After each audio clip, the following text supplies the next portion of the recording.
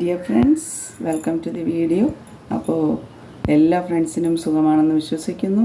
എല്ലാവരുടെ സുഖത്തിനും ആരോഗ്യ സൗഖ്യത്തിനും പ്രാർത്ഥിച്ചുകൊണ്ട് ഞാൻ വീഡിയോയിലേക്ക് പോവുകയാണ്. അപ്പോൾ ഇന്നത്തെ വീഡിയോ ഒരു വീട്ടമ്മയുടെ തന്നെ ജീവിത സംഘർഷത്തിൻ്റെ ജീവിതാനുഭവ കഥയാണ്, അനുഭവം ഞാനിവിടെ പങ്കുവയ്ക്കുന്നത്.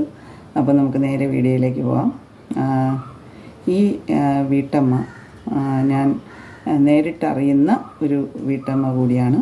അവരുടെ സ്വകാര്യത മാനിച്ചുകൊണ്ട് പതിവ് പോലെ ഞാൻ അവരുടെ പേരോ ഒന്നും ഇവിടെ പരാമർശിക്കുന്നേ ഇല്ല കേട്ടോ.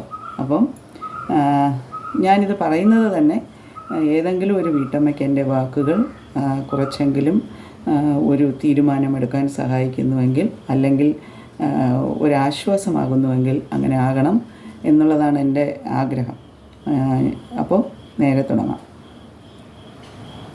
ഈ വീട്ടമ്മയുടെ ഭർത്താവ് നമ്മൾ ഈ ടൈറ്റിലിൽ കണ്ടതുപോലെ തന്നെ ജോലിക്ക് പോയാൽ പൈസ കൊണ്ടുവന്ന് വീട്ടിൽ കൊടുക്കില്ല. അതായത് ഡെയിലി രാവിലെ വീട്ടിൽ നിന്ന് ജോലിക്കെന്ന് പറഞ്ഞ് നല്ല വെൽ ഡ്രസ്ഡായിട്ട് ഇറങ്ങും.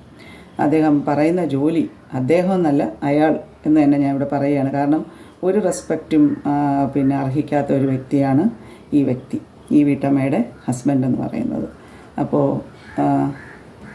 ഈ എന്നും വീട്ടിൽ നിന്ന്, അതായത് ഈ സിവിൽ വർക്ക് ഉണ്ടല്ലോ, പ്ലംബിങ് അങ്ങനെയൊക്കെയുള്ള മെയിൻ്റനൻസ് വർക്കുകളുടെ കോൺട്രാക്റ്റ് എടുത്ത് പണി ചെയ്യിക്കുന്ന ആളാണ്. അപ്പോൾ ഈ വീട്ടമ്മ എന്ന് പറയുന്നത് ഒരു അധ്യാപികയാണ്. എനിക്ക് വ്യക്തിപരമായി അറിയാവുന്ന ഒരു അധ്യാപിക കൂടിയാണ്. അപ്പോൾ ഇവർക്ക് 2 മക്കളാണുള്ളത്, 2 പെൺകുട്ടികളാണ്. അപ്പോൾ അവരെ പഠിപ്പിക്കണം, അങ്ങനെയുള്ള കാര്യങ്ങളെല്ലാം ഉണ്ട്. അപ്പോൾ ഇതിൻ്റെ ഇടയിൽ ഈ ഭർത്താവ് രാവിലെ എന്നും വീട്ടിൽ നിന്ന് ജോലിക്കെന്നും പറഞ്ഞിറങ്ങും. നല്ല വെൽ ഡ്രസ്ഡായിട്ട് ഇറങ്ങും. ചിലപ്പോൾ ഭാര്യ വീട്ടിൽ ജോലി കഴിഞ്ഞ് എത്തിയാലും എത്തില്ല, അത്രയും നേരത്തെ പണിയാണ് ഇയാൾക്ക്. വീട്ടിൽ വന്നു കഴിഞ്ഞാൽ ഇയാളുടെ കയ്യിൽ ഒരു കാശും ഇല്ല എന്നുള്ളതാണ് സത്യം. എന്നാൽ ഒരു ഫുൾ ടൈം കുടിക്കുന്ന ആളാണോ എന്ന് ചോദിച്ചാൽ അല്ല.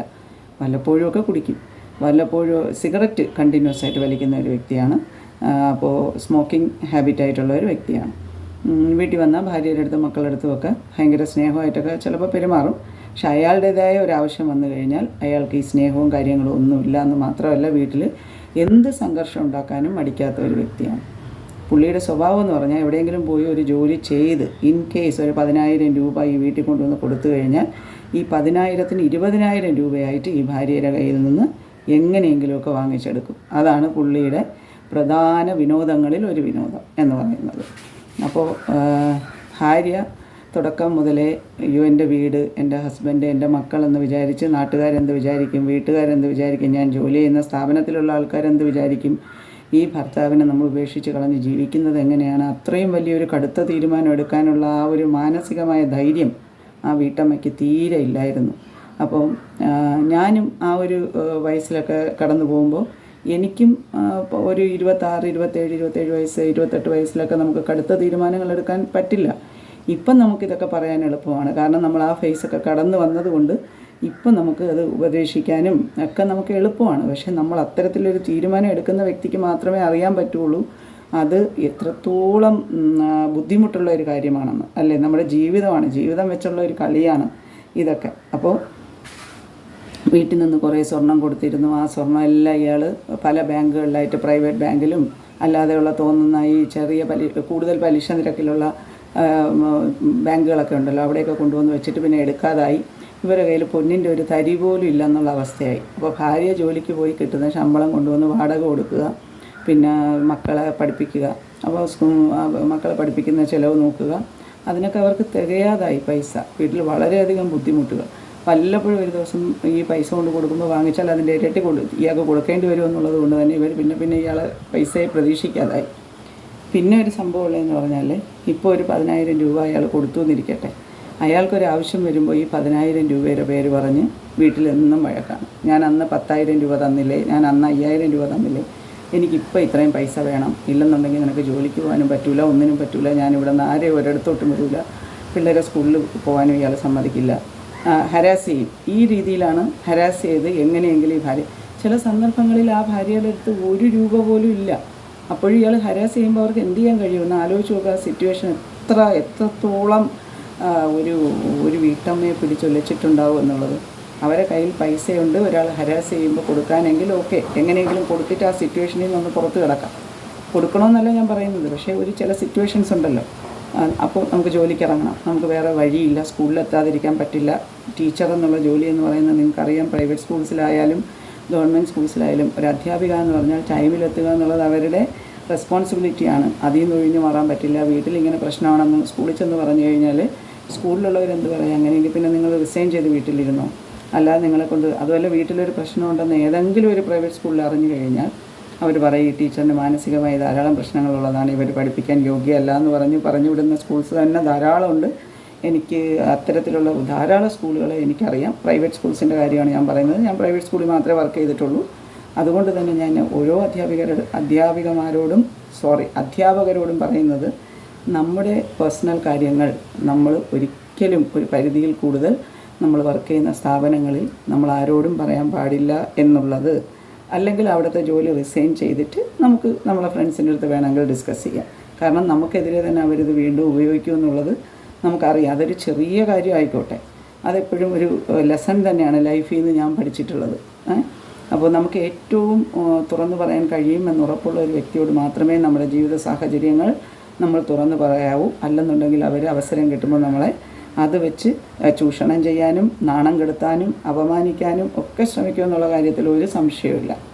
അപ്പോൾ ഒരു പ്രശ്നങ്ങളും ഇല്ലാത്ത ഒരു ജീവിതങ്ങളും ഇല്ല എന്നുള്ളത് ആദ്യം മനസ്സിലാക്കുക. അപ്പോൾ ഈ ഭർത്താവിൻ്റെ പണിയെന്ന് പറഞ്ഞാൽ ഇതാണ്. പിന്നെ സ്വർണത്തിൻ്റെ ഒരു തരി എവിടെയെങ്കിലും ഉണ്ടെന്ന് അയാൾ മനസ്സിലാക്കി കഴിഞ്ഞാൽ അത് കുറച്ച് ദിവസത്തിനകം പണയം വിൽക്കുകയോ ചെയ്യണമെന്നുള്ളത് അയാൾക്കൊരു ഹോബിയാണ്. പിന്നെ ബിസിനസ് പുരോഗമിപ്പിക്കാനെന്ന് പറഞ്ഞ് കുറേ ടൂൾസ് വാങ്ങാനെന്നൊക്കെ പറഞ്ഞ് കുറേ പൈസ ഇവരുടെ അടുത്തുനിന്ന് വാങ്ങും. ഇവർ കയ്യിലുള്ളപ്പോഴൊക്കെ കൊടുത്തു. പിന്നെ ആയപ്പോൾ അവരുടെ കയ്യിൽ കൊടുക്കാൻ പൈസ ഇല്ല. അങ്ങനെ വന്നപ്പോൾ ഇതൊരു തലവേദനയായി മാറി. ഇയാൾക്കും പൈസ കൊടുക്കണം. വീട്ടിലെ വാടകക്കാരിയൊക്കെ അറിയേ വേണ്ട. വാടകക്കാരൻ വന്ന് ചോദിച്ചു കഴിഞ്ഞാൽ അയാൾ മിക്കവാറും വീട്ടിലുണ്ടാവില്ല. അയാൾ വരുന്ന സമയത്താണ് വന്ന് ചോദിച്ചാലും ഈ ഭാര്യയ്ക്കാണ് ആ റെസ്പോൺസിബിലിറ്റി. അവരവിടെ താമസിക്കുന്നുണ്ട്, അവർക്ക് തന്നെ കൊടുക്കേണ്ട അവസ്ഥ വന്നു. അങ്ങനെ ഒരു അടി പോലും മുന്നോട്ട് പോകാൻ വയ്യ എന്നുള്ളത്. പിന്നെ ഇയാളെ പൈസ കടം വാങ്ങിച്ച, വേറെ പുറത്തുനിന്ന് കടം വാങ്ങിച്ച ആൾക്കാർ ഓരോ ദിവസം ഈ വീട്ടിലിങ്ങനെ വന്ന് ഭാര്യയോട് പറയാൻ തുടങ്ങി, ഇയാൾ ഇവിടെ ഉണ്ടോ, ഇയാളെ തിരക്കിയാണ് ഞങ്ങൾ വന്നത്. കാരണം ആ നാട്ടുകാർ തന്നെ പിന്നെ മുംബൈ താമസിക്കുമ്പോൾ മഹാരാഷ്ട്രീയൻസൊക്കെ ഉണ്ടല്ലോ. അപ്പോൾ അവരുടെ അടുത്ത് നിന്നൊക്കെ പിന്നെ അവർ നോക്കുമ്പം നല്ല വെൽ ഡ്രസ്ഡ് ആയിട്ട് നടക്കുന്നു, ഫ്ലാറ്റിൽ താമസിക്കുന്നു, ഭാര്യയ്ക്ക് ജോലിയുണ്ട്, അധ്യാപികയാണ്. അപ്പോൾ ആരെങ്കിലുമൊക്കെ കുറച്ച് പൈസ 500 1000 ഒക്കെ ഇയാൾക്ക് കൊടുത്തു കഴിഞ്ഞാൽ ഇയാൾ ആ പൈസ വാങ്ങും, ചിലവാക്കുന്ന എന്താ, നല്ല ഫുഡ് കഴിക്കുക, പിന്നീട് അല്പം ഡ്രിങ്ക്സ് അടിക്കുക, സ്മോക്ക് ചെയ്യുക, പിന്നെ പോയി മൂവിയൊക്കെ കാണുക, അങ്ങനെയുള്ള എൻ്റർടൈൻമെൻറ്റ്സ് എന്തൊക്കെ ചെയ്യാൻ പറ്റുമോ അതൊക്കെ ചെയ്യുമായിരിക്കാം. അല്ലാതെ പിന്നെ ഇയാളുടെ അടുത്തുനിന്ന് പൈസ എങ്ങനെയായിരിക്കും തീരുന്നത്?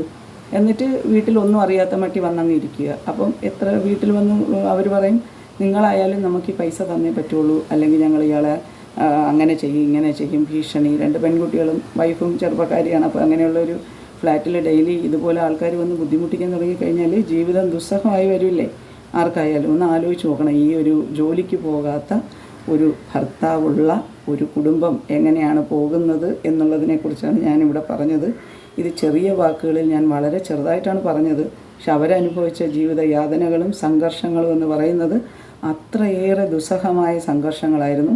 അവർക്ക് അവസാനം അവിടെ ജോലി ചെയ്യാനും വയ്യ, ഈ വീട്ടിൽ കണ്ടിന്യൂ ചെയ്യാനും വയ്യ, വീട്ടിൽ ചുമ്മാ കഥ അടച്ചൊന്നും ഇരിക്കാനും വയ്യാത്ത അവസ്ഥയായി. കടക്കാരെ കൊണ്ടും ഈ ഭർത്താവ് ഉണ്ടാക്കി വെച്ച നൂലാമാലകളെ കൊണ്ടും വീട്ടിൽ ഒന്ന് കൊടുക്കുന്ന പൈസ ഒന്നും അയാൾക്ക് പോരാ. എന്നാൽ അയാൾക്ക് സ്വയം ഒരു ജോലിക്ക് പോയി സ്വന്തം ആവശ്യത്തിനുള്ള പണം കണ്ടെത്താനും വയ്യ. നല്ല ആരോഗ്യവാനായ ഒരു ചെറുപ്പക്കാരൻ ചെയ്ത കാര്യങ്ങളാണ് ഞാനീ പറയുന്നത്. അപ്പോൾ എനിക്ക് തോന്നുന്നു അദ്ദേഹത്തിന് എന്തോ വിയർപ്പിൻ്റെ അസുഖം ഉണ്ടെന്നൊക്കെ ഇങ്ങനെ നമ്മൾ പൊതുഭാഷയിലൊക്കെ പറയുമല്ലോ, അങ്ങനെ എന്തോ ഒരു അസുഖത്തിൻ്റെ ആളാണ്. അപ്പോൾ ഇങ്ങനെയുള്ളതിനെയൊക്കെ നമ്മൾ ഒരു നിമിഷം പോലും വീട്ടിൽ വെച്ച് പൊറുപ്പിക്കാൻ പാടില്ല. അത് സ്വന്തം മകനായാലും ശരി, സ്വന്തം ഹസ്ബൻഡ് ആയാലും ശരി, നല്ല ആരോഗ്യമുള്ള സമയത്ത് വീടിന് വേണ്ടി അധ്വാനിച്ച് കൊണ്ടുവരാതെ വീട്ടിലുള്ള ഭാര്യ ജോലിക്ക് പോയി ഇവർക്ക് ചെലവിന് കൊടുക്കണം എന്ന് പറയുന്നത് പ്രായപൂർത്തിയെത്തിയ മകനും അതുപോലെ തന്നെ ഭർത്താവും ആരോഗ്യമുള്ളപ്പോൾ ഭാര്യയ്ക്കൊന്നും കൊണ്ട് കൊടുക്കുന്നതിന് പകരം, വീട് നോക്കുന്നതിന് പകരം ആ വ്യക്തിയുടെ ഉത്തരവാദിത്വങ്ങളും മുഴുവനും ഭാര്യ എടുക്കണമെന്ന് പറയുന്ന ഒരു വ്യക്തിയെ മുന്നോട്ട് വെച്ച് പോയി കഴിഞ്ഞാൽ ജീവിതം വഴിമുട്ടുമെന്ന് മാത്രമല്ല നമുക്ക് ചിന്തിക്കാനുള്ള ആ കഴിവ് തന്നെ നമുക്ക് നഷ്ടപ്പെടും എന്നുള്ളതാണ് യാഥാർത്ഥ്യം. അവസാനം ഈ വീട്ടമ്മയ്ക്ക് നാട്ടിലേക്ക് പോകേണ്ടി വന്നു. കാരണം ഇവിടെ ഇനി പിടിച്ചിരിക്കാൻ പറ്റില്ലല്ലോ ഇങ്ങനെ ഒരു വ്യക്തിയായിട്ട്. നാട്ടിലേക്ക് പോയി അവിടെ ചെന്ന് വീട്ടുകാരുമായിട്ടൊക്കെ സംസാരിച്ച് ഒന്നുമില്ലാത്ത അവസ്ഥയിലാണ് നാട്ടിലേക്ക് ചെന്ന് കയറുന്നതെന്ന് ആലോചിക്കണം. 2 മക്കളെയും കൊണ്ട്. നാട്ടിൽ കുറച്ച് സ്ഥലം ഉണ്ടായിരുന്നു, അപ്പോൾ അതിൽ ഒരു വീടില്ല. അപ്പോൾ എവിടെ പോയി താമസിക്കും? അങ്ങനെ നാട്ടിലവർ ജോലിയിൽ എവിടെയോ കയറി ഈ വ്യക്തിയുമായിട്ടുള്ള നിയമ നടപടികളൊക്കെ എടുത്ത് വീട്ടുകാർ പറഞ്ഞതനുസരിച്ച് എല്ലാം എടുത്ത് ഇപ്പോൾ മക്കളെയും നോക്കി ഏതോ പ്രൈവറ്റ് സ്കൂളിൽ വീണ്ടും നാട്ടിൽ തന്നെ ജോലിക്ക് കയറിയിരിക്കുന്നു എന്നാണ് ഞാനിപ്പോൾ അവരെക്കുറിച്ച് അറിഞ്ഞത്. അപ്പോൾ അത് വളരെ നല്ല കാര്യമാണെന്ന് ഞാൻ പറയൂ. ഈ ഒരു വ്യക്തി പോകാനും തയ്യാറല്ല, ഈ ഭാര്യയെ വിട്ട് പോകാനും തയ്യാറല്ല എന്നുള്ളതാണ്. നിയമ നടപടിയിൽ എനിക്ക് ഈ ഭാര്യയും മക്കളും വേണമെന്ന് തന്നെയാണ് അയാൾ പറയുന്നത്. കാരണം എന്താണ്, ജോലിക്ക് പോകാതെ ജീവിക്കാമല്ലോ.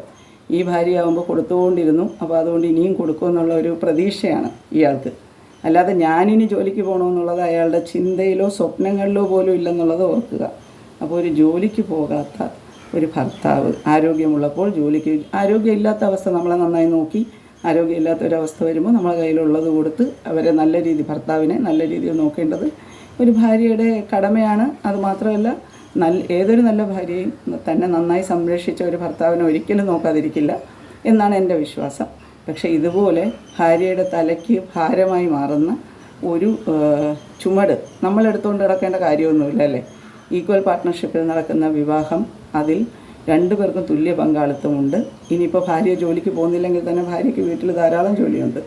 അത് ചെയ്ത് കഴിഞ്ഞിട്ട് പിന്നെ പുറത്തും ജോലിക്ക് പോയി ഈ ഭർത്താവിൻ്റെ സംരക്ഷണം, അതായത് ചിലവിനുള്ള പൈസയും നമ്മൾ കൊടുക്കണമെന്ന് പറഞ്ഞ് വീട് മൊത്തത്തോടെ മുടിക്കുന്ന അത്തരക്കാരെ നമ്മൾ നമ്മുടെ ജീവിതത്തിൽ നിന്ന് ഒഴിവാക്കുന്നത് തന്നെയാണ് നല്ലതെന്ന് തന്നെയാണ് എൻ്റെ പേഴ്സണൽ അഭിപ്രായം. അപ്പോൾ ഭർത്താവില്ല എന്നൊരു വിഷമം അതുണ്ടായിരിക്കും, അല്ലെങ്കിൽ അച്ഛൻ മക്കൾക്കില്ല എന്നുള്ള വിഷമം ഉണ്ടായിരിക്കും. പക്ഷേ ഇത്തരത്തിലുള്ള ഒരു അച്ഛനെ വെച്ചാൽ മക്കളെ പഠിപ്പിച്ചെടുക്കാൻ പോലും നമുക്ക് പറ്റില്ല.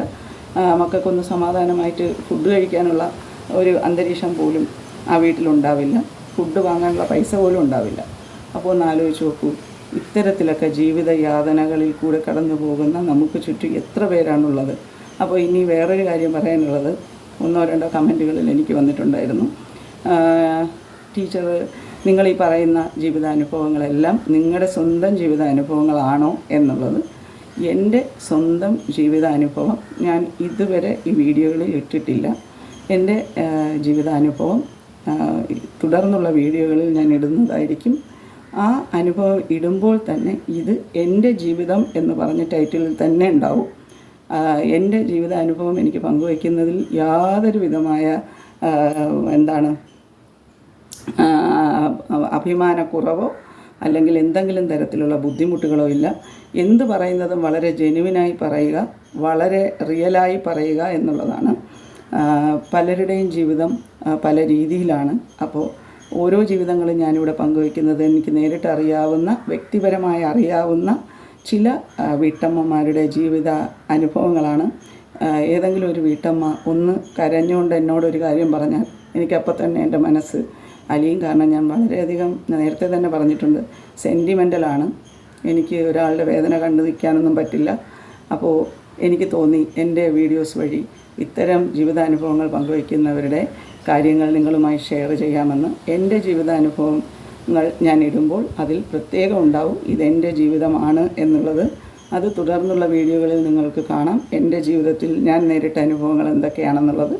തീർച്ചയായും അത്തരത്തിലുള്ളൊരു വീഡിയോ ഇനി വരും ദിവസങ്ങളിൽ ഉണ്ടായിരിക്കും. ഇത് എൻ്റെ ജീവിതമല്ല, ഇത് ഞാൻ നേരിട്ട് മനസ്സിലാക്കിയ കുറച്ച് വീട്ടമ്മമാരുടെ ജീവിതാനുഭവങ്ങളാണ് ഈ ഇടുന്നത്. കുറച്ച് പേരെങ്കിലും അങ്ങനെ ചോദിച്ചതുകൊണ്ടാണ് ഞാൻ പറഞ്ഞത്. നിങ്ങൾക്ക് അങ്ങനെ ചോദിക്കാനുള്ള എല്ലാ അവകാശമുണ്ട്. കാരണം നമ്മൾ ഈ യൂട്യൂബ് എന്ന് പറയുന്ന ഒരു ഗ്രേറ്റ് പ്ലാറ്റ്ഫോമിൽ നമ്മുടെ യൂട്യൂബ് ഫാമിലി മെമ്പേഴ്സുമായി സംസാരിക്കുകയാണ്. അപ്പോൾ നമ്മളെക്കുറിച്ച് അറിയാനുള്ള ആഗ്രഹം നിങ്ങൾക്ക് തീർച്ചയായും ഉണ്ടായിരിക്കും. അത് തീർച്ചയായും പറയുന്നതായിരിക്കും. അപ്പോൾ എല്ലാവർക്കും thank you so much. Love you all.